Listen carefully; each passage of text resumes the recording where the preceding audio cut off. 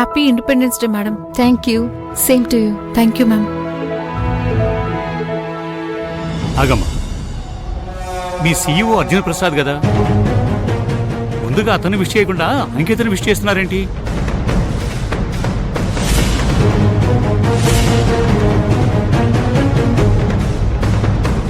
ఇప్పుడు అసలు విషయం బయటకు వస్తుంది చూడు. అవునమ్మా, ఇంకెంతోసేపు నిజాన్ని దాయలేరు. భువనేశ్వరి గారు, మీ కంపెనీ సీఈఓ ఎవరు? అర్జునే సీఈఓ అండి. కాకపోతే వాడికి చెల్లెలంటే చాలా ప్రేమ. ఇలాంటి ఫంక్షన్స్ వస్తే ముందుగా అంకితనే విష్ చేయమని తనే చెప్తాడు. ఏంటి అలా చూస్తున్నారు అందరూ? మీ సీఈఓ అర్జున్ ప్రసాద్ కదా, తననే విష్ చేయండి. వెళ్ళండి. Happy independence day sir. Thank you. Thank you.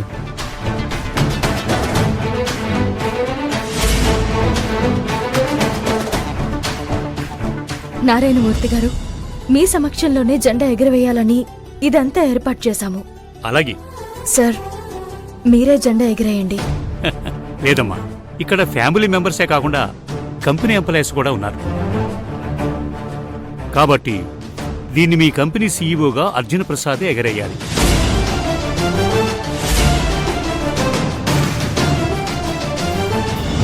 జెండా ఎగరేసే ముందు నాదో చిన్న విన్నపం.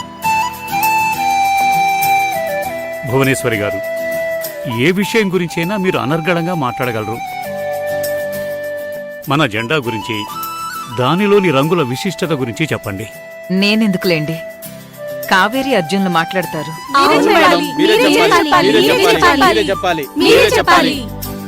అన్నీ అవునన్నీ, నువ్వు చెప్పాలంతే. Okay okay.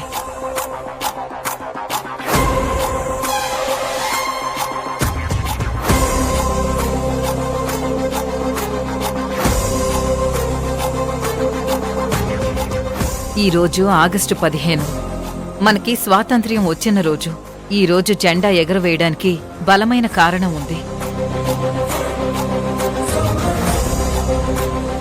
ఈ జెండా మన దేశ ప్రతిష్టకు గుర్తు. జెండాలోని 3 రంగులు 3 మతాలకి గుర్తుగా కొంతమంది చెప్తారు.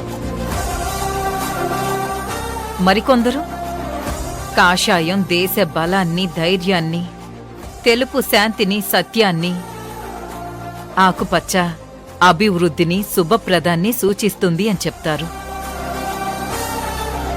నా దృష్టిలో ఈ దేశం నుంచి గుప్పెడు మట్టిని కూడా ఎవ్వర్ని తీసుకుపోనివ్వమని తుపాకీ గుళ్లకు, తమ గుండెను ఎదురడ్డే సైనికులకు ప్రతీక ఆ కాషాయం రంగు.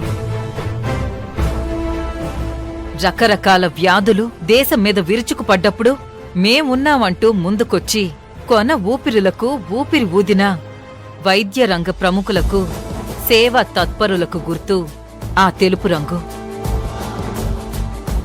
తమ చెమటలతో భూమిని తడిపి పంటలు పండించి దేశ ప్రజలు తినడానికి తిండినిచ్చే రైతులకు గుర్తు ఆకుపచ్చ రంగు.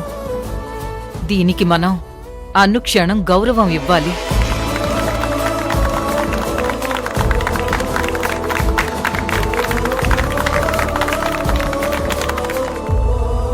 చాలా బాగా చెప్పారు భువనేశ్వరి గారు.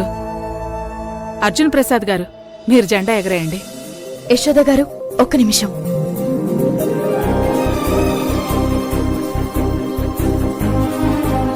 ఈ జెండాని అందరూ దేశానికి గుర్తింపుగా అనుకుంటారు, కానీ నేనిది నా కుటుంబానికి గుర్తుగా అనుకుంటాను.